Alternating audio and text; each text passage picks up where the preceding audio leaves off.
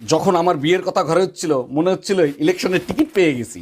যখন আমার জন্য মেয়ে খোঁজা হচ্ছিল মনে হচ্ছিল ইলেকশনের প্রচারণা চলতেছে। যখন এঙ্গেজমেন্ট হয়ে গেল তখন মনে হচ্ছিল ইলেকশনে পাশ করে গেছি। যখন বিয়ে হয়ে গেছে তখন মনে হচ্ছিল মন্ত্রী হয়ে গেছি। বিয়ের 2-3 বছর পরে মনে হচ্ছে তথ্যমন্ত্রীর মতো ফাঁসে গেছো তাই না?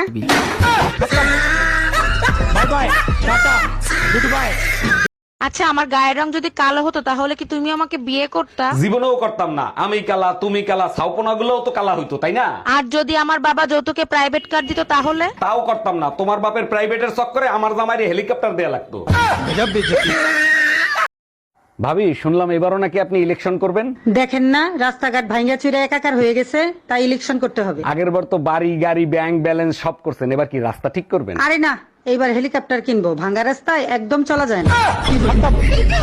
দেখো, চোখ রাঙায় কথা বলবা না, তাহলে কিন্তু তার ফল ভালো হবে না। কি করবা, তালাক দিবা? তাও সাথে সম্পত্তি অর্ধেক নিয়ে যাব। সেই সুযোগ তুমি কোনোদিনও পাবা না। সম্পত্তি করছি বাপমার নামে, লোন করাইছি তোর নামে।